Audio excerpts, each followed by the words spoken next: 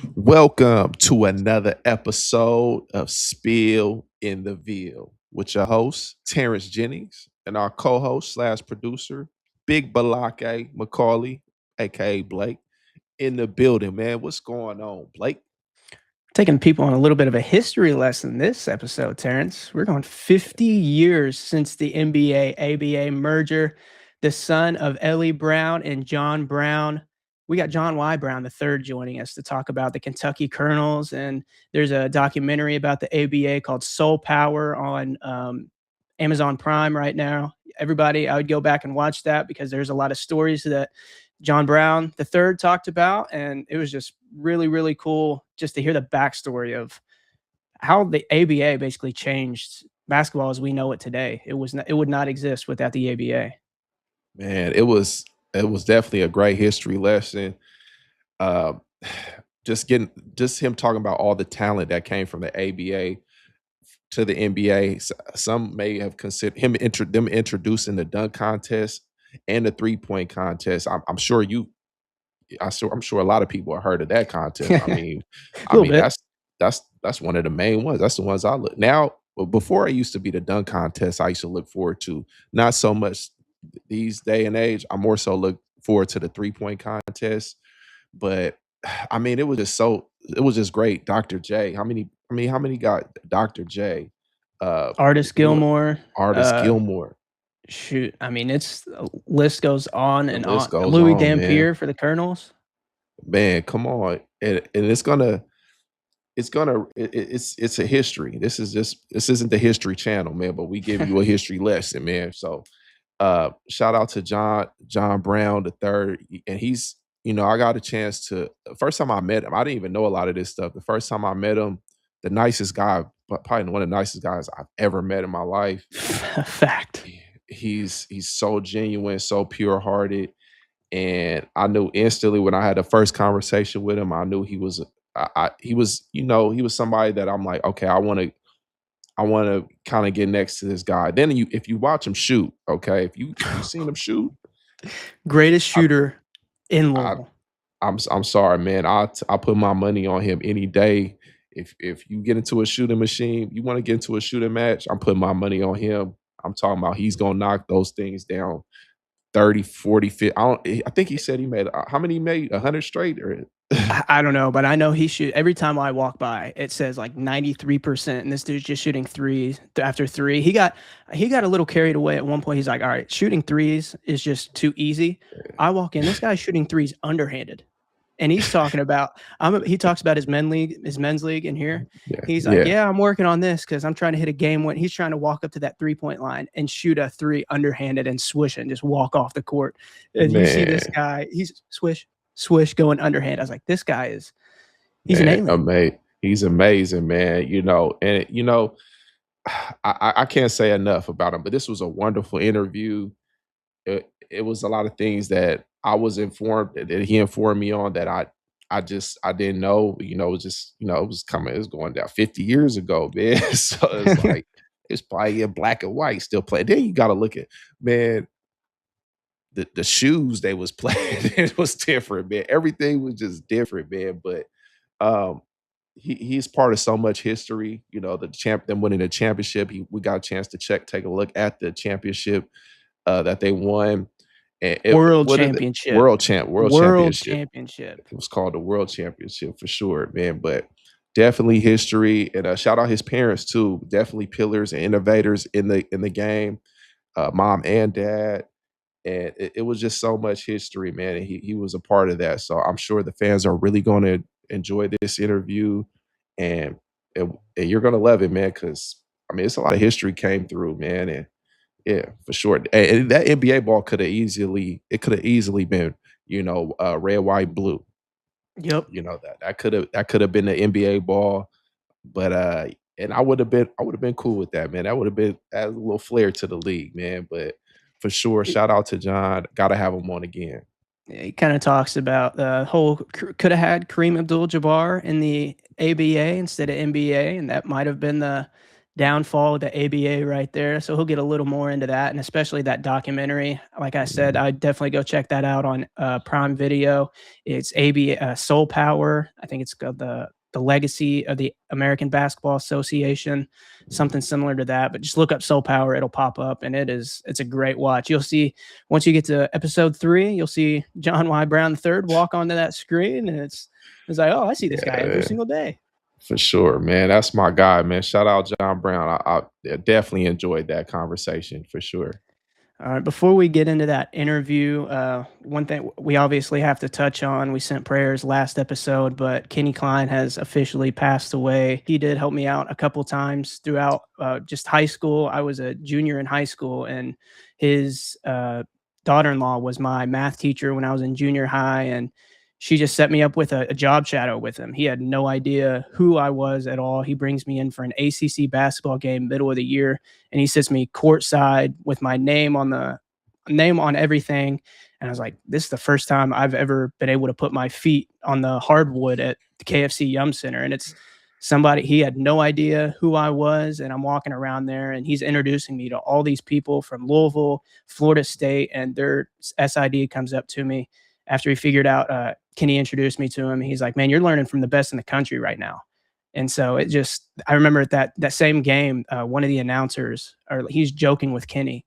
He's like, I need my own bathroom or something. I need my own bathroom, my own dressing room. He's just joking around. They were laughing. And as soon as he walks away, Kenny's like, I'll be right back. I'm gonna go print that off for him and put it on a bat. He went and got this guy's own, it was either a bathroom or dressing room. He goes Mhm. out, prints it out, puts it on the wall, and he goes and tells him, he's like, Kenny, I was just joking around. But you could tell just the Yeah, aura that came from that guy, and you will never find one thing bad said about Kenny Klein because I mean he would go out of his way to help as many people as he could. So man. Hey, listen, I it's no words to describe just how I felt about Kenny Klein, man. He was, one of the greatest people I've been around, especially me coming in as a freshman. He's probably one of the first guys I ran into just dealing with the media and stuff. He he was patient, man. He listened to you. You take if you tell, "Hey, Kenny, and not right now. I'm not trying to do this right now." He'll give you some time. Eventually, you got to go talk. You got to go talk to the media. That was part of the thing we had to do. But sometimes, you're a little tired and you just like, man, I'm not trying to do it right now. But he is.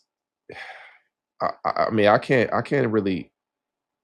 It's a bit of a shock, to me. But I just want to talk about just what kind of guy he was and how much respect he had from all the players. There was no talking back to Kenny. There was no nothing. He was always positive, patient, and he'll give you the shirt off of his back. So I love you, Kenny. We're gonna miss you dearly, and I know this is a this is a huge blow just to everybody in the Louisville community. I mean, he was a pillar out here. Everybody knew who he was. Everybody that he touched, he left an impact on, and he was always helping. He was getting people access to something, get you here, get you there. I mean, he gave us access. Even last year, around this time last year, I remember we was in TBT practice. We were at Shoot 360 Louisville, snapping pictures, and it was like we never missed a beat. So Kenny, you gonna forever, being my heart, our hearts, and we're gonna represent for you. But man, it's not enough. It's so many good things I can say about Kenny, man. But like I said, we're gonna keep you in our prayers, your family in our prayers, and we're gonna love it. We love and miss you, and yeah, definitely. But I want to say the impact he left on this on the community as a whole is great, and he's gonna be somebody that you want to model yourself after, just as far as just who you are and how you carry yourself and the impact you leave on just being able to connect to athletes is it's an art. It's a special art, and understanding different personalities. Think about all the personalities he has to manage and had to deal with, and for nobody to have a bad thing to say about him says a lot about who he was as a person and his character. Like I can't if I try to, I can't look up a bad thing to say or anything to say bad about Kenny Klein, man. He was a model, just a model in his career and just in his personal and everything. So, like I said, he's gonna be missed, and we love you, Kenny, man, for real. Yeah, I mean, even outside of the University of Louisville, like he would get my cousin who worked with his son, he would just get us tickets growing up. Like I remember going to a Clemson Louisville football game when Lamar Jackson was there. Clemson was at the peak. Like I Mhm. me, I come from a factory worker and a hairdresser. Like I'm not going to be able to afford those tickets.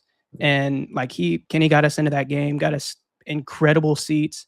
And it's like anytime I would be going through it when I was working for the football team, our TV would go out and that would be the TV that the coaches look for if they need an instant replay or not. They're getting scolded from the sidelines saying, "Hey, do we challenge this?" Sometimes Yeah. that TV doesn't work and these coaches are screaming at me to get this TV fixed and I don't know what's going on. So I'm running out. I'm sprinting through the media facility trying to find Kenny Klein. Kenny, our TV won't work. These coaches are about to kill me.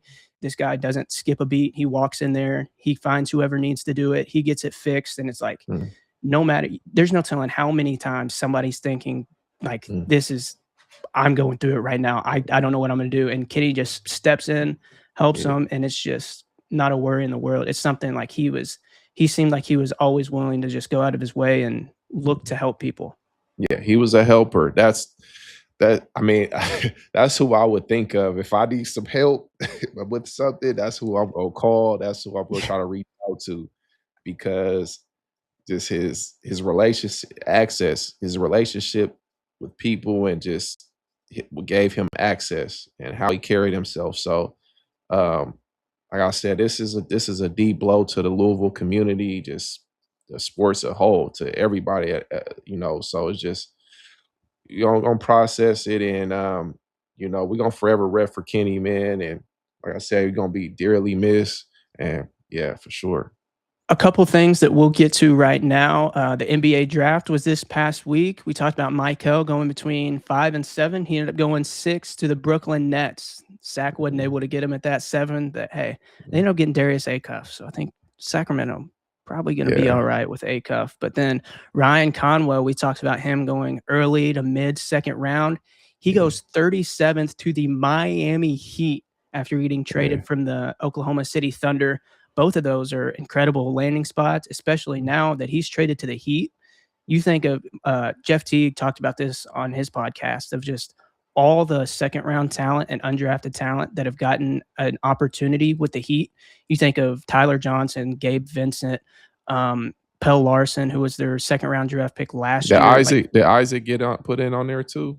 I That think he seems like got an Exhibit 10 contract. Him and Javon Hadley. Javon. Yeah, Javon. Javon got one with the Heat as well. And then I think I'll have to double check. I think Isaac got one with the Nuggets. Okay. So this is basically I think it's like a training camp type deal. They'll come in for summer league and they'll be on the summer league Mhm, type deal, but it's not an actual roster spot mhm, with the Nuggets. mhm, But Ryan, like we'll go back to him with all the heat.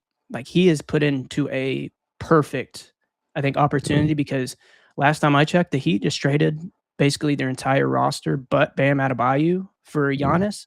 So they need as many players right now because they're gonna be finding some vet men guys. And Ryan Conwell, if you've got Giannis handling the ball, if you tell Ryan, hey, get in the corner and play defense, if you Right. get Ryan the ball in the corner, just catch and shoot opportunities, he Ryan is going to Mhm. flourish. And he seems like a guy who is always trying to play defense as well. Like his attention to detail, he was always attempting to play defense and like his IQ, just the way that he goes about his business. It's similar to Javon, who's also with the Heat. Like those two guys are professionals through and through about how they carry themselves, how they practice. So I'm very excited to see how he does with the Heat. Yeah, for sure. This is a huge opportunity for Ryan. I'm so proud of you. Congratulations, young man. Take full advantage of this opportunity. You got Giannis and Bam. Hey, sit up in the corner, catch and shoot, and give them the ball. Just catch. Hey, if you can't got a shot, just pass them the ball. When in doubt, pass Giannis the ball. When in doubt, pass Bam the ball, and they will love you for forever. You carry yourself well professionally, and I think that's probably what played a huge part of you getting drafted. Just it's a lot of his politics. Haven't heard anything bad about Ryan Conwell. He carries himself professionally, great young man. So his game is his game, but I feel like his politics and his attitude is what's going to carry him farther. And he's going to find his positioning. He's going to find his positioning, and he's going to excel in Miami too. He's a hard worker, works on his game, and that's what they like out there in Miami. They like hard workers, guys that want to come in and extend their basketball life. That's one of those teams I feel like you can really extend the life of basketball, just because of how demanding it is as far as physically, just the workouts that they do, and the nutrition they put on you. It's a really a great environment. So shout out to Ryan. I feel like he's gonna find his niche out there, and hey, catch a shoe, play defense, brother. You got this, man. So we're super proud of you here at in Louisville, and we're gonna be representing for you. And shout out all the guys that got those opportunities, and I wish you much success and keep it going. I don't think this is where it starts, and we're gonna be watching you closely, and we're gonna be rooting you on, and you will do well. We know you will because you've been the guy for us. Like all last year, you were the guy for us, and I feel like you're gonna actually be able to be in a position where your game is really gonna excel. So he's good. He's doing what he's supposed to do, and man, 37. Shout out to him. I mean, last year, like I feel like if you looked at Ryan, none of his issues came from like catch and shoot, a dribble, Yeah. shot. It was Mhm. always when he was asked to be a primary ball handler. Yeah. And Yeah. in the NBA, he's not going to be asked to be a primary ball handler if he's not comfortable doing that. They'll go in free Mhm. agency, two-way deal, G League. They'll bring a point guard up and still have Ryan play his specific role. So that's where I'm hoping that, I mean, this is, I think, the literal perfect. There's not a better team that Ryan really could have gone to really mold, because there is another. Spoelstra said that Coach Kelsey sent him a great text message before they drafted Ryan, and I just think going back on Javon too, just the way that they carry themselves, it looks like they've dedicated their entire life to getting to the NBA and trying to stay there. They're not looking to get to the NBA and say, I'm going to be an all-star, I'm going to do this. They're getting to the NBA to, of course, they want to be that, but they're going to do whatever it possibly takes to grind out their role Mhm. to play 8 years, 10 years in the league. And that's where Javon, his Louisville career, you asked him to Mhm. do something, he was going to do it. Like he was our Mhm. best post player, and he was shooting over 40% from three. So it's like if Yeah. you need him to get in the corner and shoot three, he can guard basically almost 1 through 4. Like he's at least going to attempt it as hard as he can. So that's where like the Mhm. the teammate wise, those two are going to be like irreplaceable teammates. Even if they're on Mhm. like the end part of the bench, they're not going to have any ego about themselves. They're going to be there to make the entire team better.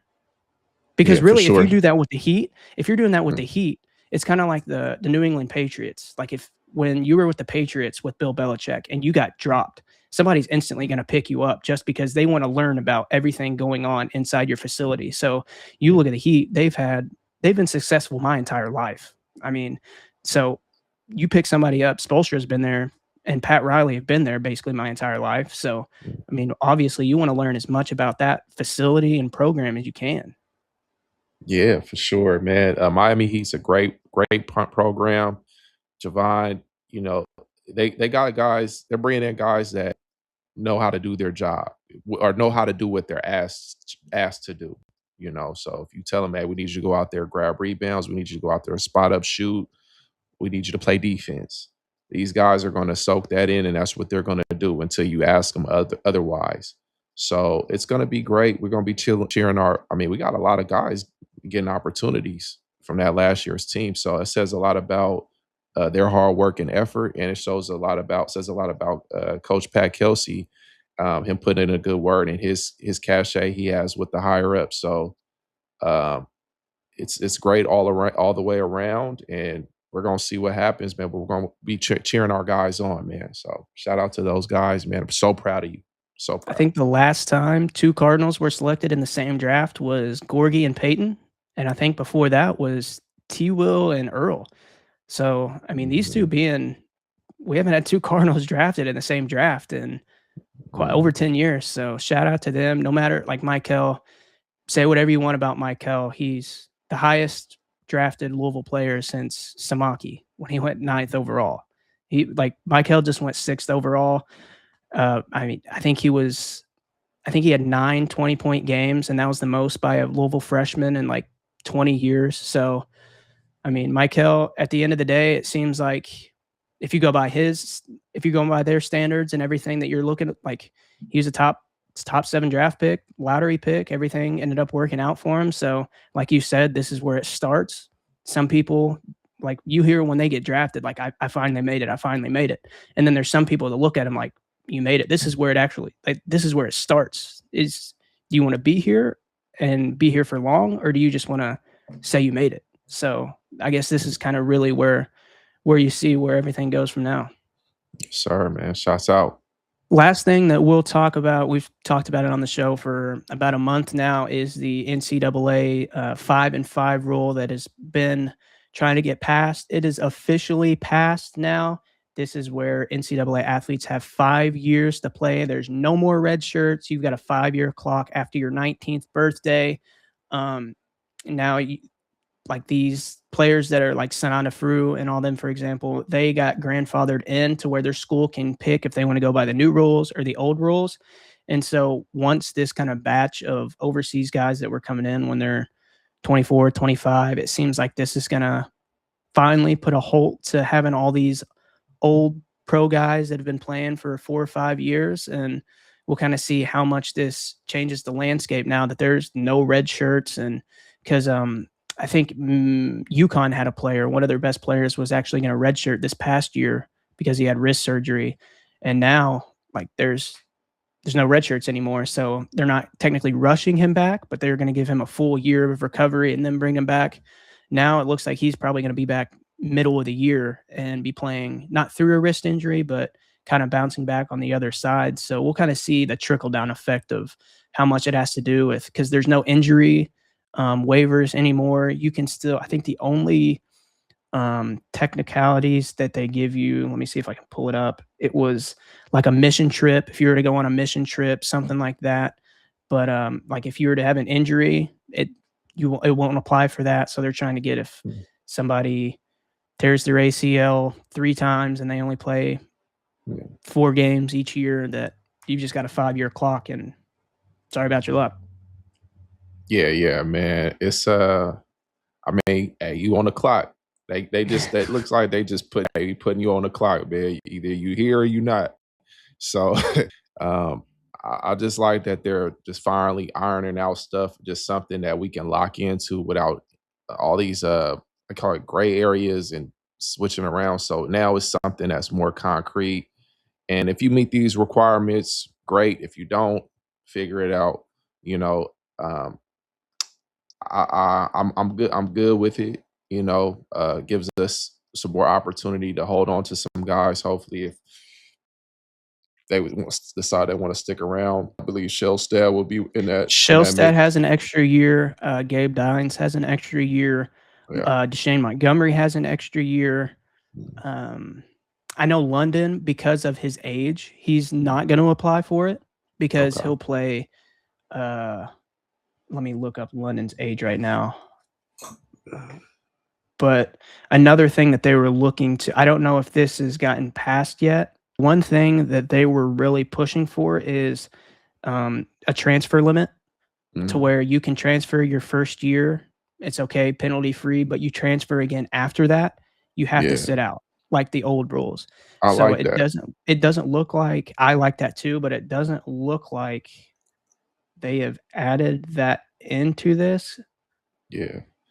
Yeah, But I would be cool that with would a help a transfer lot. limit. I'd like Yeah, that. that would just because it gives you some time to, build your roster. Because it might not you might not have it the first year, but you might get it the next year.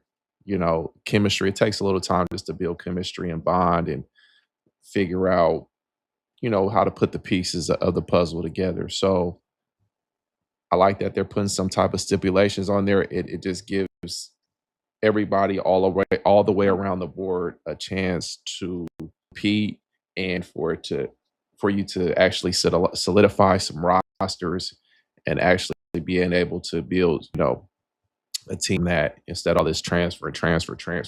So if they do is put that stipulation in, I think that would definitely be a good thing. So yeah, for sure. Shout out. All right, Terrence, that's everything that we got today. We'll go ahead and jump into this conversation about the Kentucky Colonels, 50 years of the ABA NBA merger with John Y. Brown III. Also, learn a little bit about how his dad got involved with Kentucky Fried Chicken. Everybody loves KFC. But Mhm. next week, we've talked about teasing a big announcement for a while now. Mhm. Check in early next week. You'll see that announcement. Also, drop in the comments if we've done a lot of interviews. Drop in the comments who you want to see us bring on the show. Anybody that you haven't heard from in a while. Stay engaged in those comments. Where we read all the comments, and yeah, just anybody that you want to see us bring on the show in the future. And yeah, just drop it in the comments. Make sure you like, share, subscribe, share, tell a friend, man. Because Spill In The Ville is a big old deal going around here for sure. Yeah, you'll see a So, big announcement next week. Tune in. See ya. Just wanted to take a second and give a big shout out to Bestway, home of the low price guarantee or it's free, where you can get all your home furnishing needs on a deal. They have everything from smart refrigerators, washer dryer sets, 86-inch TVs, PS5s, Xboxes, all the way to reclining living room suites and bedroom suites. Bestway offers so many ways to pay, from retail to rent to own and even financing through Lendmark. With 2 locations in Indiana, 1 in New Albany and 1 in Jeffersonville, and 5 locations in Kentucky: Radcliffe, Dixie Highway, Hikes Lane, Shelbyville, and Shepherdsville. Stop by today and tell them that we sent you to get $100 off your new item. Now let's get back to the show. thank you so much, John. Man, we appreciate you. Blessing us with your presence, man. I always tell everybody I know you got to be the greatest shooter that this scene come through Louisville. Shoot 360 history. Okay, nobody's greater than you. Okay, Nobody's made more shots. You all changed my life at Shoot 360. I remember I'd started playing at the Y. I was pre-diabetic, and I just couldn't do the whole treadmill thing. I'll play basketball, and started playing regularly, and was looking for a league, and somehow found Shoot 360, and it was nearby. So they said, sign up on the app and then come in. We'll take you through. And when I got there, they said, we welcome you here. We have one other person who's actually your age, even a little older, and we're glad you're here. And they were talking a little loud, like I couldn't hear them. I said, I can hear you fine. I'm just want to shoot like everybody else. And and Luke took me around. And boy, as soon as I left, I told some friends the next morning. I said, well, I know what my new addiction's going to be. And I think I told Luke, I said I'm definitely not the most talented, but no one will out obsess me here. I said I'll be your best customer probably for the foreseeable future, and I love it. It's if you like basketball and you haven't checked out Shoot 360, you're missing out big time. So big shout out to you all, and to Dean and Peyton, and it's a great place if you love basketball and want to get better. It's a great community you all have created, and thank you for being so welcoming to me. Oh, we appreciate any time that you come in. Like anybody that's working there, we could be having the worst day ever, but as soon as you walk in, like you could be having a terrible day. We don't know it. You have the biggest smile on your face, and everybody's like, "Yes, Mr. John's here, Mr. John." And it's like you enjoy talking to people, and everybody enjoys talking to you. They can't wait to see you come in every time. So we're very, very lucky to have you on the show. I love it, and you all even inspired me. I played in 2 60 and over tournaments, one in Atlanta and one in Florida the last few months. And the one in Florida, I got to play. Let me see if I can. Billy Thompson, the former U of L star, was on the opposing team. And so I got to shake his hand. I even got to guard him a little. He runs a ministry now. And I Okay. told him before the game, I said, my recollection is Jesus talked an awful lot about mercy. So I hope it's going to be a test of your faith, how much mercy you show me. How do we look out there? I know you. They You're won by making some 50, shots. but we had a great time. So Okay. Oh shoot, Billy Thompson. It's probably hard to stop that guy no matter what. yeah, Man. but we had a great time, and it's a fun league. And there were even 70 and over, and they had 480 and over teams. So Dang. uh, believe it or not. So I thought I just had 3 or 4 more years. I may have 20 more years. Yeah, you're just getting 360. stuck. You're in So your prime right now. Yeah, Just getting yeah, warmed man. up. For Well, we sure. appreciate you for Yeah. joining us today. We're going to be Yeah. talking about this. It's been 50 years since the Yeah. ABA NBA merger, and obviously you're deeply ingrained with the Kentucky Colonels, and we thought there would be no better time to have you on the show. And that's why I talked to you a couple Yeah. weeks ago. I was watching the Soul Power documentary, Yes. The Legend of the American Basketball Association on Prime Video. And I got Yeah. to episode 3, and I'm sitting there watching it with my dad, and they're talking about the Kentucky Colonels. And then none other than John Y. Brown III walks on the screen. I was like, I see this guy every single day. And that's the first time I knew that you guys were involved with the Colonels, Yeah. but that's the first time really hearing the entire story behind that. So looking Yeah. back on that documentary, just what are your whole thoughts on it? I'm so glad they did that because, I think Winston Churchill, I believe it was, said history is often written by the victors, and the history of pro basketball is the NBA, but the ABA and the merger that happened 50 years ago was probably one of the most important historical events in basketball history because the ABA really transformed the NBA. I don't think that's too strong a word. Back in the 70s, pro football and pro baseball dominated sports media, and the NBA was a distant third. But the ABA had more of a street ball feel to it. They had the 3-point rule. It was run and gun. It was the slam dunk contest. We had colorful players that made basketball fun, and they were I think closer to the fans too. And they brought all that into the NBA, and it's sort of, I when we were first approached about the movie, I wrote them a long email telling them how excited I was that they were going to do this, how meaningful it would be to so many people who remember the ABA well. And I said something like, watching the NBA back then was like watching basketball in black and white, and watching the ABA was like watching basketball in Technicolor. So I still like that. I mean, it was fun. It was exciting. It was electrifying at times, and they had, players like Dr. J, who he was the predecessor to, Michael Jordan, Kobe Bryant, LeBron James, and who we wouldn't have Steph Curry without the 3-point line. So I think it's a story that never got told well or fully, and all the credit to Coach George Karl, who decided it was time, and this was going to be part of his legacy, and he put a team of young filmmakers together and just said, "This is a great story. It will tell itself. Just go to the people who lived it and get to work." And they worked really hard, and I thought they did a great job. They didn't pull any punches. They told all of the story, but they told it well.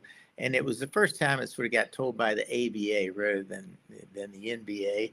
And they did a wonderful job with the Colonels, and it sort of felt like a sort of vindication and a time of pride. Even 50 years later, it's never too late for something like this. And one of the most telling things about the significance of the ABA is when the year after merger, there were 18 existing NBA teams and 4 ABA teams merged.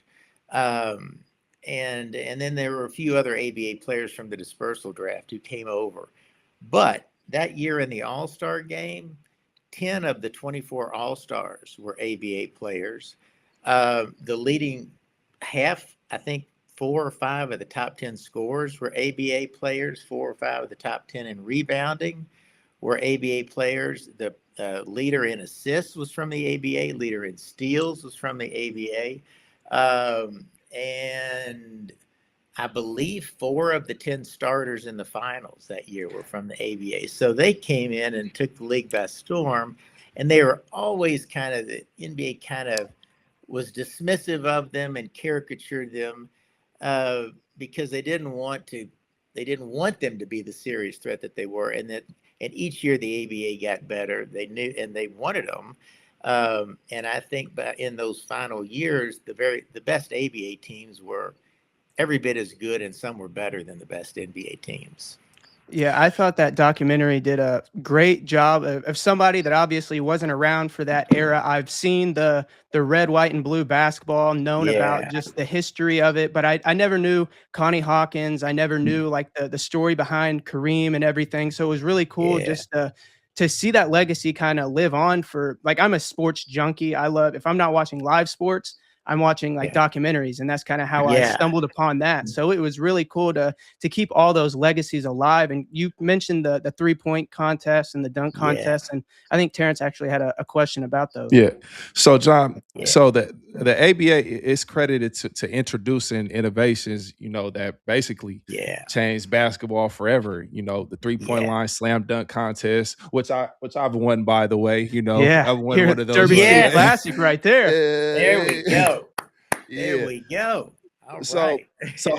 can you explain how that idea actually came together, and did anybody realize that it would become such an iconic event later on? Yeah, so the ABA often gets the credit, and I think that's very fair, rightfully so, because they made the 3-point line famous. But there was actually another league called the ABL a few years before the ABA that didn't last long at all, that experimented with the 3-point line. And the ABA liked it, and they wanted to be a little different, a little more fun. They had to differentiate themselves from the NBA somehow. And so they adopted it.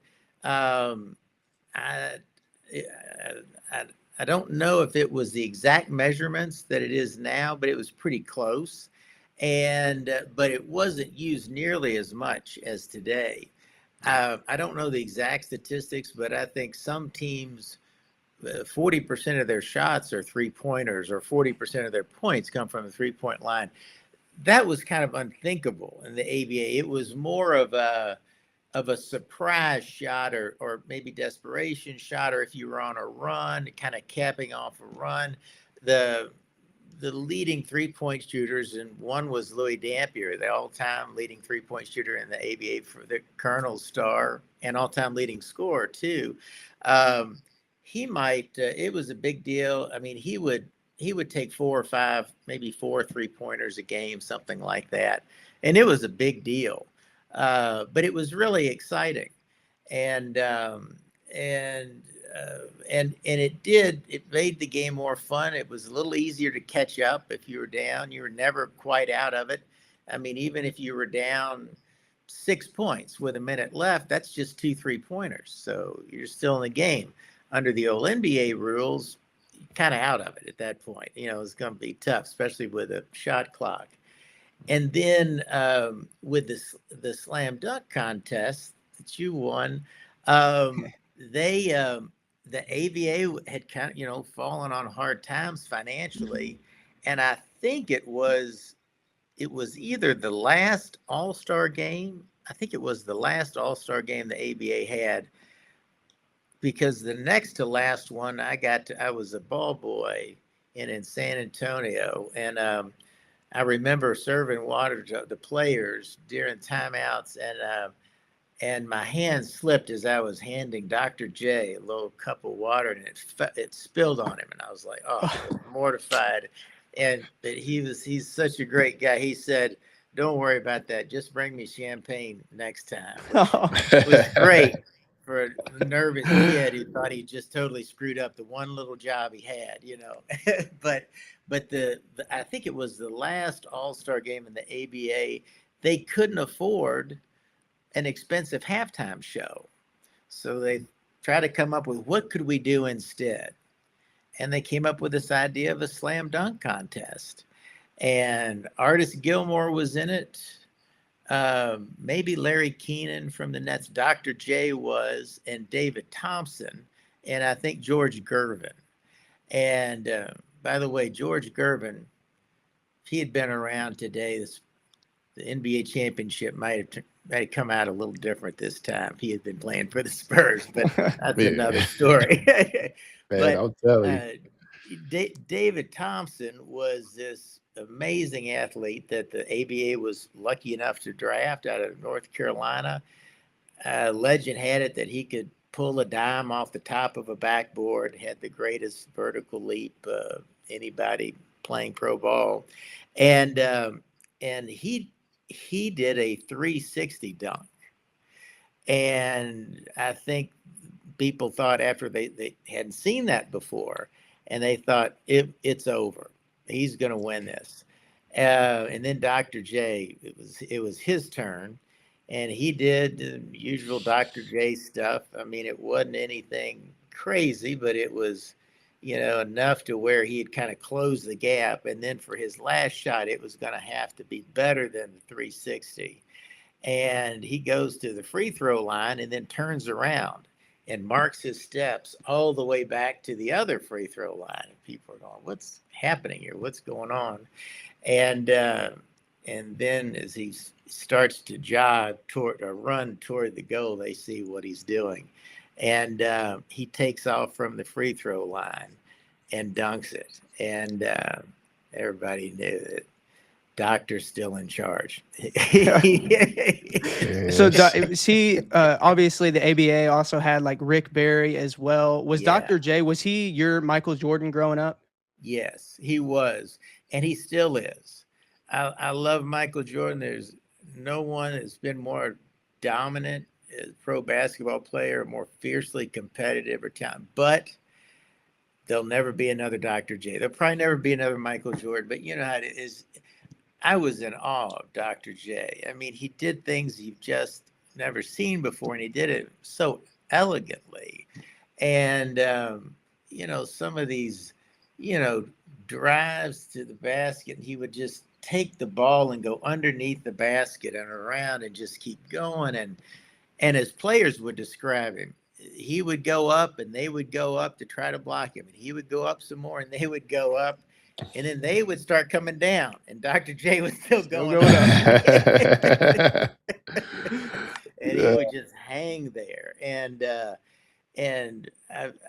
there's a great documentary about him on YouTube. And when he came to play at Rucker Park, and there were more people that came out to see him play then than anyone. You had people sitting in trees and on apartment ledges, and he was just a phenom. And he became the star of the ABA, and he really embodied everything great about the ABA. He was a showman, but he was there to win, but he was a class act too. And I don't know if this made the movie or not, but I remember hearing about it or seeing it, where the last season the Nets are playing in San Antonio, and everybody knows the league is really struggling and may or may not make it. And a few hours before the game, Dr. J goes over to Angelo Drosos, who's the owner of the Spurs office, and says, what can I do to help save the league? How can we work together? I mean, and that there was a brotherhood in the ABA. First off, there were usually 8 or 9 teams. They would play 84 games a year. That's a lot. You play a lot. You play each other a lot, so you get to know each other. But it's also season to season. You don't know. we going to be back next year? Maybe, hope so. Um, and everybody has to, work hard, try to help sell those season tickets.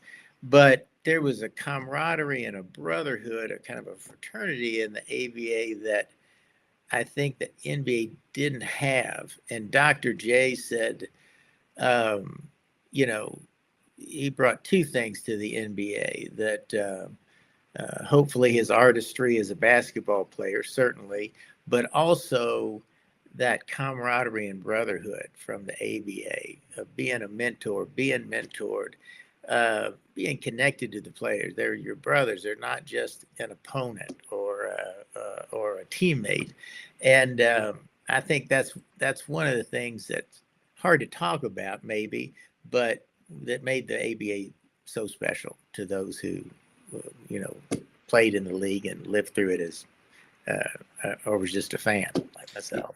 You talked about like the camaraderie between the whole league in general, and like the biggest what if in ABA history was then Lou Alcindor when he was coming out of college deciding if he was going to go to the ABA and NBA, and it seemed like obviously the teams didn't want the New York Nets to win the championship. Those teams, like the Kentucky Colonels, want to win the Pacers want to win the championship, but if you've got to get Lou Alcindor, you're okay with him going to New York because you know how much it's going to benefit the league overall. What do you really remember from the Kareem time? Honestly, I'd love to pretend like I remembered all that. I was 10 at the time, and I did not know this story until the documentary. But I asked a lot of questions about it afterwards because what a missed opportunity. What I was told, and I think they talked a lot about this in the documentary. So the ABA had set it up. They knew Kareem wanted to play in New York, and so they allowed the Nets to draft him. And then the league got together, the owners, I think, all pitched in, and they gave George Mikan, the commissioner, $1 million check to hand deliver to Lou Alcindor if he signed with the ABA. I don't know what happened, but apparently the check never got delivered. And I've heard several different stories, but the one that seems to add up, make the most sense, was Mikan didn't offer it because he didn't think he needed to. He thought Lou Alcindor was going to come to the Nets. So he thought he was saving money. And you have to understand, and this is something that I didn't understand until I saw the movie, there was a different mindset back then with managers, owners, and players that you saw it even more so, I think, in the NBA, but it obviously spilled over to the ABA too, where they felt like the owners or the managers were calling the shots, at least in the late 60s, early 70s. And then you started to get these marquee players where they're like, no, I don't think so. That's not going to be good enough. I'm going to need more than that. Or no, this is what we're going to do. Where the players really started to call the shots. But I think that's what happened. And when they interviewed Lou Alcindor after he made his choice, he said he talked to both leagues and he just had a better feeling about there's something, I can't remember the way he worded it, but he said something along the lines of, the ABA, I didn't feel like they were shooting straight with me quite. And Lou Alcindor's a brilliant man and a generational basketball player. And I think his instincts were right, unfortunately. But had the ABA gotten Kareem and then Dr. J and David Thompson, and they already had all these other great players, basketball history would be different, I think. Yeah, so we were talking up at 360. I think instead of the orange ball we have, we'd be having a red, white, and blue everybody's shooting with, and we've got a throwback NBA ball. We just really have a commemorative orange ball we're going to give away tonight. Believe it or not, this is what they used once upon a time. Did you watch? Did you watch Semi-Pro when it came out? And did it like, oh, this is bringing back some memories, or was it like, this is trash? What are we doing? A little of both. There was a great sports writer, Billy Reed, who you all may recall. He died a few years back, but he was sort of at the height of his career during the Colonels. And he and my mom and I went. And then we went to dinner after, went over to Rafferty's. And I just remember Billy saying, I don't know why they felt like they had to make up stories to be funny in this movie. The actual ABA stories were much crazier and much funnier, actually. So, Yeah. but I knew as soon as I saw Will Ferrell with the headband and the hair, I thought he's playing Johnny Newman, who played for the Memphis. And sure enough, I think it was based on his character, at least the way he looked. And he did. Will Ferrell's a great. He did pretty much look like Johnny Newman. And he was a character. He played for a bunch of teams, but he could score 20, 25 points a game, was a big shot. And there were some characters in the ABA, and there were some hilarious stories, but there were also some amazing players and some great teams. And that part never got told well. That's why Soul Power, the documentary, is so important. Most people know the ABA from the Will Ferrell Semi-pro. Semi-pro. They were like, semi-pro? Come on, because when the Colonels won the championship, and this was the story I shared, and I didn't know all the details about this until recently, about the ring, but my father called the owner of the Golden State Warriors a couple days later and said, we want to challenge you all to a world championship game. And we'll even put up $1 million, winner take all, which in today's, money would be about $6-7 million. That's not bad. And he said, before you answer, I just want to tell you something. We haven't had our championship rings made yet. And we normally put ABA champions on the rings. But if you refuse to play us, we're going to put world champions on our ring. And he said, well, let me talk to the commissioner. And he called back a day or two later and said the NBA won't let us play. And sure enough, I Googled the rings. The 75 Colonels championship rings say world champions, not ABA champions. And I think that's fitting because I think they would have won. Yeah, I love it, especially because the documentary does a great job of showing just how slow pace and like boring the NBA was compared to the ABA, and how fast the ABA was. And it was so different than anything that was out there at the time. Yeah. And there is a New York sports writer used some kind of AI tool to asking it who would have won a championship game those last 3 years between the ABA champions and the NBA champions. And I think they had the ABA team winning the last 3 years. I had the Colonels beating Golden State. I don't have to consult ChatGPT. I know already. Yeah, we agree. And that's what they said, like the whole time too. You guys, up until the end of the ABA, like the Kentucky Colonels were outdrawing numerous NBA teams that entire time. So it's like the popularity of the league, I guess, was still there. Just what was the whole, just like business mindset around that time? It was, and the other thing is, we would play exhibition games with the NBA, and each year the ABA would win more than the NBA, and that gap got bigger and bigger with each passing year. Where I think the final 2 years, ABA teams won, 65% of the games, almost 70%. But I think they won over half the games most every year. So maybe not the first year or two, but overall they won 60% of the time they played NBA teams. It was the ABA started in cities that weren't considered quite big enough for the NBA, but cities where people love basketball and they wanted a team and they wanted a chance. And so, teams, cities like San Antonio and Indianapolis, and Louisville, Memphis, Virginia had a team. And it was, we had no TV. The NBA at least had TV contracts. ABA just didn't, and that made it very, very hard to compete. Um, and each year the Colonels lost money. And when my dad first got involved, there were 5 owners. Um, there was David Jones and Wendell Cherry, who had started Humana. David Grissom, local businessman here, very successful, and my father and one other.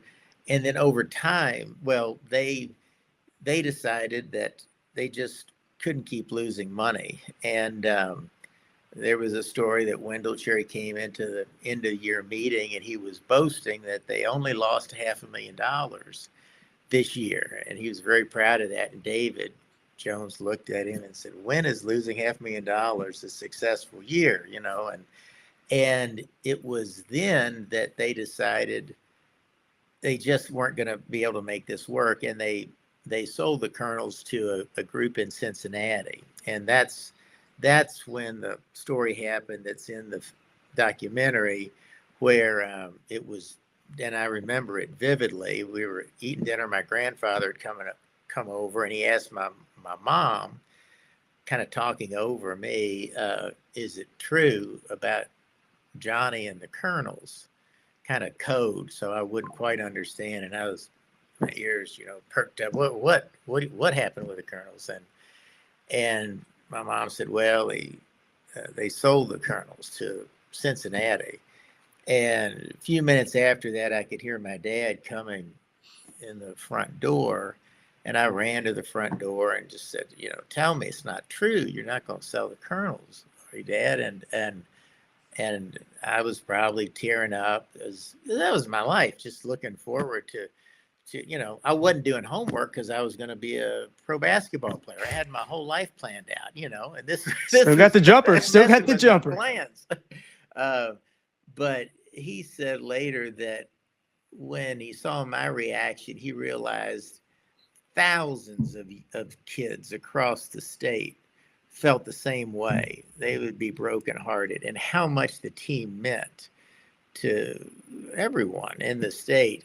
And so he was going to try to get them back. And so I would call him at work every day and say, what are the odds? I need numbers, like he said, well, I'm working on it. And I was like, well, what are the chances? And it would start off 30-70 against, and then it got up to 40-60, then 50-50. And after several weeks, it got up to about 70-30. And then one day he told me, over 90%, I think it's going to work out. So he got them back, but he was busy doing other things then and didn't have time to run the team himself.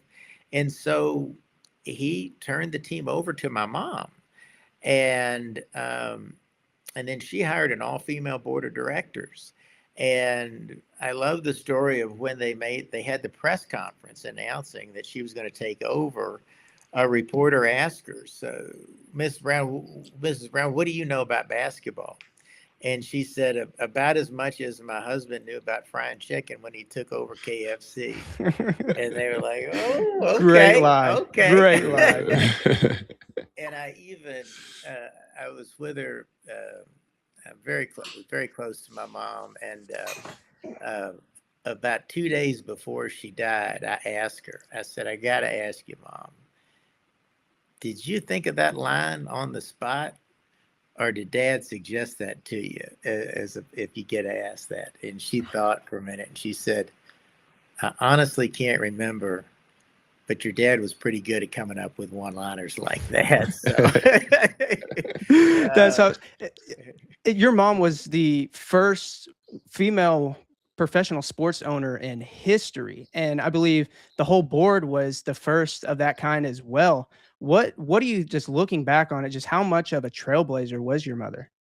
She was great. And she wasn't trying to be, a feminist leader or anything like that. She was just trying to do her job. And, when you're a kid and you want something done, you ask your mom. You don't ask your dad. Mom's going to get things done for you, And so I thought, this is good. This is probably a good move. and so she hired women leaders from across the city, and there was an auto dealership. Coyle, I think, was the name. They donated red, white, and blue Corvettes to each of the board members, and they just drove all over town in these red, white, and blue Corvettes. And these women, they out hustled the men, and they were on a mission, and they sold tickets. They would have teas, like, teas and coffee and tea parties, and tell their friends, this team's important. We got to keep them here, but in order to keep them here, we got to buy tickets. Go tell your husbands that, buy season tickets. And they broke the ticket season sales record the next year, the first year after my mom took over, and the all-female board of directors. And then the second year, they won the ABA championship and broke ticket sales again. And but tickets were not that expensive back then. It was $6-8 or less, and we had no TV money. And there were always giveaways to get people to come in. So we still weren't making money, but it's an incredible story, especially back in 1973, 4, 5, or 4, 5, and 6, because there had never been, I think, a woman who owned a pro basketball team, and she just handled it with such class. I mean, the coach quit, the general manager quit because he didn't want to work for a woman. And, she just, didn't think anything about it and just kept on going. And then brought in Hubie Brown. And I remember, and they brought in Hubie because he was the assistant coach at the Milwaukee Bucks, where they had Kareem Abdul-Jabbar, and the Colonels were building a team around Artis Gilmore, who was similar to Kareem, and they thought, who better to coach the Colonels than Hubie Brown? And the Colonel's office was out by the fairgrounds, and my mom would pick us up from school, and then we would go to the Colonel's office and do homework or just piddle around until she was done and ready to take us home. But one of those days, this gentleman named Hubie Brown was there for an interview, and they walked into the main office and closed the door. But I was ready to go home. I was getting kind of fidgety. I'd been in school all day, and I kept knocking on the door saying, how many more minutes until we go home, Mom? And she said, just a few more minutes, honey. Just give us 10 more minutes. I was like, oh, okay. And so I waited about 5 minutes, and I knocked again. I said, I want to go home. Come on, how many more minutes? She said, just a few more minutes, sweetheart. And then I knocked a third time, and Hubie answered and said, young man, I'm talking to your mom, and we'll be finished with our meeting when we're finished. And do not knock on this door again. And I thought, my goodness. And I just remember on the way home thinking, I sure hope you don't hire that mean man to be our coach. I didn't like him at all. He was, but thank goodness she did. Thank goodness he said yes, because without Hubie, I don't know that we would have won the championship. He was the secret sauce that kind of brought everybody together. He was a great coach, a great basketball mind. He brought the discipline and focus to that team. And he had a system, and he stuck to his system. And he made the Colonels a great team. And he said that championship team, he thought, was the greatest team that had ever taken a basketball, stepped on a hardwood floor, something like that. Now, I don't know if he would say that today, all these years later, because he's still doing commentary, if you can believe it. But that meant a lot to the Colonels, that the legendary Hubie Brown thought the 75 Colonels were the greatest team, or one of the greatest basketball teams of all time. And we had 4 Hall of Famers, if you count Hubie. We had Artis, Dan Issel and Louis Dampier, and many other great supporting So, cast. so John, you mentioned artist Gilmore, and Yes. I mean, I guess you arguably he's remains one of the greatest ABA players of all. Would you say that? Okay. Oh, for sure. And Okay. if it weren't for Dr. J, Artis would have been the star of the ABA for sure. And he was still an absolute superstar, but Dr. J just had that style thing going, and sort of eclipsed him. But he was every bit the epic player that you're describing. He was a big just like myself. So, like, what do you Yes, think? What do you think? What do you think made him so special and so great?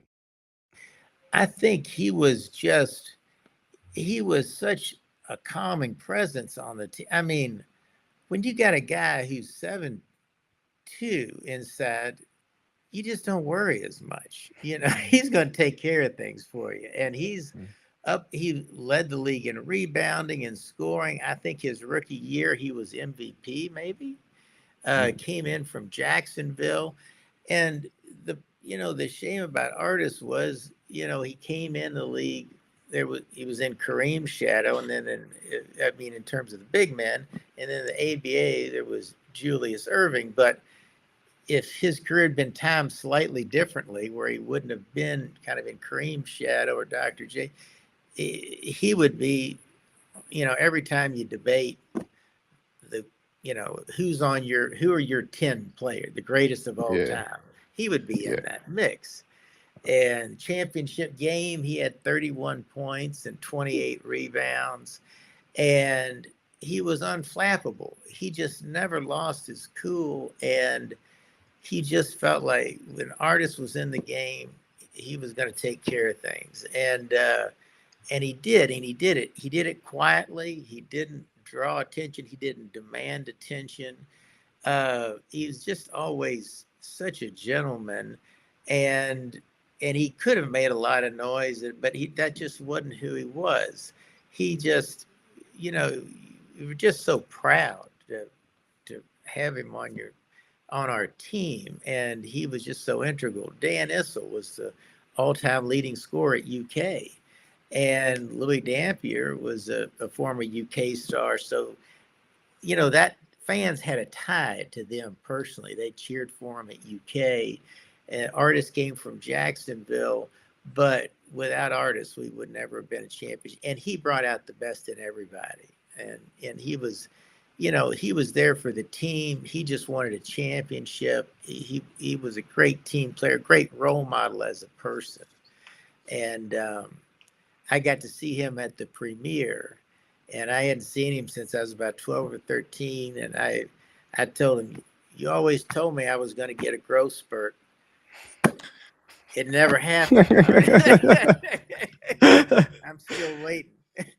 Was there any runs? I know, like on the Louisville connection, you guys, like Dan Issel was a Kentucky legend at that time, especially Yes. for the Colonels. Was there any runs at Wes Unseld at all around that time? Oh yeah, that there probably should have been, because that was one of the things that really helped with attendance if you had local players. Because we had Ron Thomas, I think, the plumber. I think he played at U of L. Everybody loved Ron. He just hustled so hard, but he was also from here. You felt like you had a connection to him, and that's the thing about these players would come to these teas and stuff. They would come to the events that the women would put on, and they would talk about the team.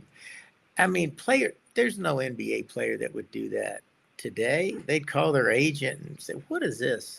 I'm not trying to sell season tickets. That's not in my contract." But they were part of our community, and you'd see them around town, and they didn't make a lot of money. Some of them have other jobs, but it was, they didn't make anywhere near the money that players do today, even adjusting for inflation.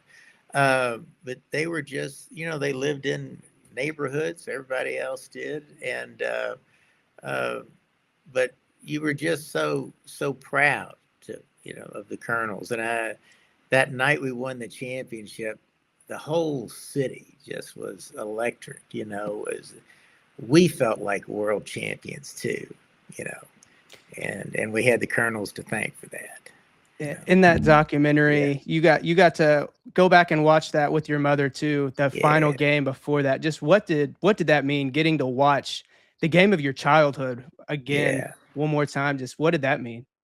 I couldn't believe. I mean, I didn't know what they were doing. They took us into this room, and the lights were off, and then they just ran the film, and it was a lot of highlights, stuff that we thought there's no way that film still exists. But this crew was unbelievable, and they found footage that we had forgotten about. And then when they started playing the championship game, that was just really powerful. And they showed my mom and my dad being thrown in the shower. The current, just the whole, you could see Freedom Hall was full, and people, we kind of stormed onto the floor. I'll never forget that countdown. 5, 4, 3, 2, 1. I had been waiting for that so long, just like so many other young people in Kentucky and so many older fans. And we finally got our moment. And no one was leaving. Everybody was staying around to congratulate the team and to just hold on to that night. I mean, it was just, other than the birth of my children and getting married, it was one of the 4 or 5 highlights of my life. We went to a party at one of the friend's house, and I remember finally I fell asleep around 4 in the morning under an air hockey table. But I tried not. I didn't want to go to sleep. I wanted to stay. I didn't want to go to sleep. And they even had they somehow got the footage of, at the very end, after they'd thrown everybody else in the shower, Ted McClain and Gene Littles and Bert Averett picked me up, and Ted threw me in the shower because my dad had traded for him the year before, and when he was asked by the media why Ted McClain, he gave me the credit. He said, well, I was watching a game with my son, and he said, Ted McClain plays both ends of the court. I don't even know why I would have said that. I was trying to impress my dad with something I'd heard a commentator say, but he took it to heart, and he traded for Ted. And so Ted gave me some credit for being on the team. I got thrown in, and to get to see that was just, I mean, it was incredible. And to be there with my mom, who was in the final months of her life, and getting to see this too, knowing how much this meant to her was just a remarkable moment. So, yeah. Yeah, that actually brought up a story of McClain. You told me a story yesterday, actually, about you having somebody over to your house and working through. Can you just tell that story? Just how much the business has changed from finding players from then to just the recruiting world now. Yes, I mean, recruiting now. I mean, it starts. We've got, Rondo, son he's probably already being considered an NBA prospect. And by the way, I've gotten to play against him a few times at the Y. He's every bit as good as they say. He's amazing. But I remember one night, it was about 8 or 9 at night, and David Vance, who was the general manager, came by our house with this gentleman named Jim Bradley. And the Colonels were trying to decide whether or not to sign him. And my dad and David let me sit in while they talked to Jim. And so we sat in the living room and talked for about half an hour. And then it was dark out. And my dad said, yeah, well, Jim, let's see what you got. And he had on like platform shoes, dress clothes. And he said, what do you mean? And he said, let's go out back. We got a basketball goal. My son shoots on. Let's go out there and we shoot. I want to see you shoot around. And he's like, okay. So we had a floodlight that we shone onto the backboard. And then I got out a couple of balls, and I was shooting too, because I'm trying to impress my dad and Jim and David. And I'm thinking now, in retrospect, Jim Bradley's saying, this kid, what is he doing? This is my moment. I'm either going to go pro or not. Would he get out of my way? I got to do something here. Yeah. And I just remember he took a few shots. I think he dunked it in his dress shoes. And my dad said, yeah, let's sign him up. And he's on the team. And he was a very gifted player. And I think Dan Issel once said about him, if you had my heart in his body, we'd have the best player in the ABA. But could you imagine? And at the when the Colonels won the championship, they panned to him. He's the one with the big cigar. He's smoking a big cigar. That was Jim Bradley. But could you imagine an NBA team signing up a new player like that? Just come on over. Let's see what you got. Okay, yeah, let's sign him up. But as the ABA, they did things differently, you know. And in some ways, it was a little nutty, but in other ways, it was kind of great too, because anything was possible. For sure. Yeah. Terrence, you got the next? Yeah, because just kind of add on to that, because there was like no film. I mean, you couldn't just get any type of film on players. You kind of had to watch them live and direct. And it kind of makes sense, because now you got the workouts, you got combines, you got Portsmouth, you got so many just things that you have to do. And even now, more now, because social media, a lot of the teams are going off maybe your following and things of that nature. So it's pretty interesting to just hear how that process goes. It's like a true diamond in the rough find right there. Yeah, it's like, because you can't really tell just by, I'm gonna dunk in some dress shoes, and but he went out there. They would have picked up you in a heartbeat. You would have been great. You would have fit right in with ABA, Terrence. There's no doubt about it. Terrence Jennings next to Artis Gilmore. Good luck in that paint. It would have been all right. All right, man. Doc. Nice job. Let me show you how this is really done. I don't know about Dr. J. It would have probably took me a little time, because I was a pretty good shot blocker, and I can hang too. But Dr. J, I gotta, it's crazy, man. But yeah, for sure. Your niche. Yeah, for sure. So you ended up when you were 32 years old, I believe you were the second youngest Secretary of State. Just what when you're going into 32 years old, just what was the whole thought process of, I'm ready to be Secretary of State of Kentucky? Well, I was desperate to avoid the practice of law. I'd gone to law school, and I really like law school. But as a friend of mine told me once, he said, you're just not a big enough asshole to be a great attorney. So I think that is a compliment.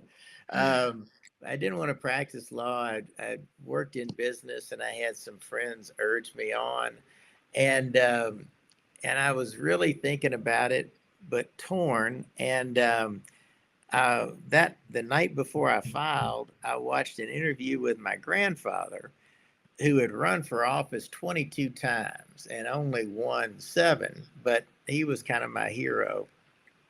And the interviewer asked him, she said, you had many failures in your life.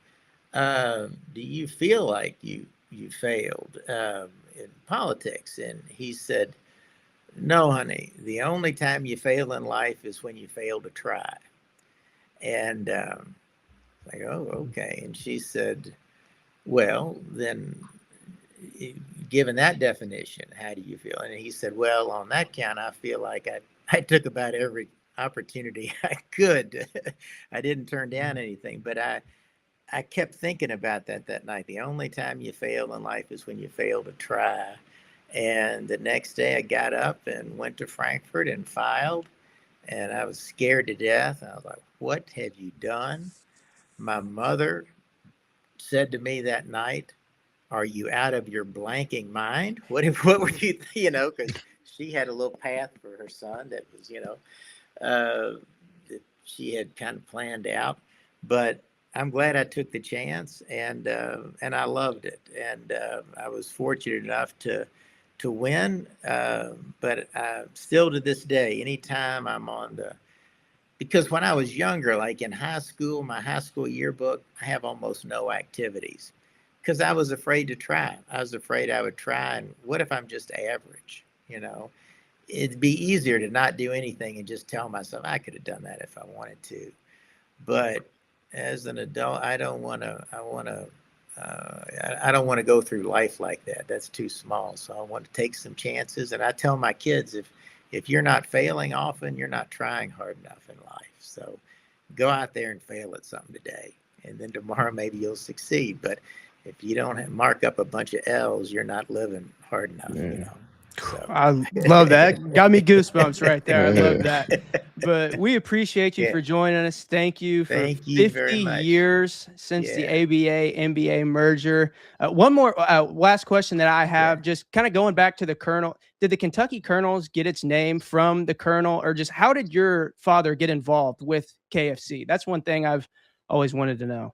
Well, very same way I became Secretary of State, he was looking to get out of the practice of law. He couldn't sit still long enough to read a case or write a memo or brief.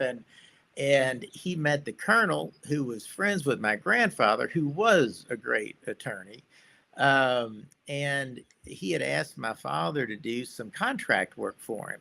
And my dad was looking at his business, which was, he just had all these receipts in the back of his car, and he would get a few cents for every chicken sold in these diners all over the South. But there were no freestanding Kentucky Fried Chickens. There were only a few. And while working for him as his attorney, my dad thought, I think I can make more money with this guy than I can practicing law. And so my mom had a roommate who, they knew this gentleman in Tennessee who had some money and would invest in things, and they went and met with him. His name's Jack Massey, and he agreed to put up $2 million to buy out Colonel Sanders, and then gave my dad 40% to run it. And so the first 4 years, Kentucky Fried Chicken was headquartered in Tennessee, and they got big enough where my dad told Jack, "This just." We're too big. We're international, and you can't have Kentucky Fried Chicken in Nashville, Tennessee. So they eventually moved it back to Louisville. But he was there for, I think, 8 years total.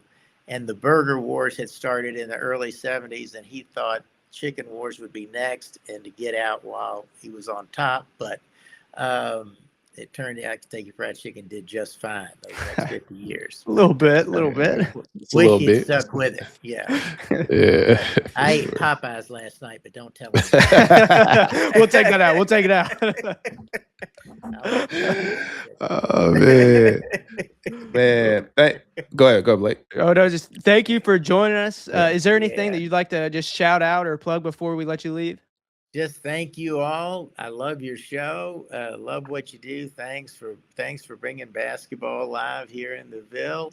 And another shout out to Sheet 360 for the great basketball community they created and promote every day. So thank you all both. Ever step in that facility right there. All right, thank you, John. Appreciate you so much, man. Yes, sir. Hey, let's get one more look at that trophy. Yeah. One more look at that trophy. Oh yeah. Let's get the trophy in. Yeah. There we go. Let's get this out of the way. Yeah. There it is, right there. ABA championship right there. That's right. And world champions. Remember? World champions. Yeah, not ABA. Yeah. Check that ring. World champions. Warriors were scared. Yes, sir. Thank you. Thanks, John. Appreciate you.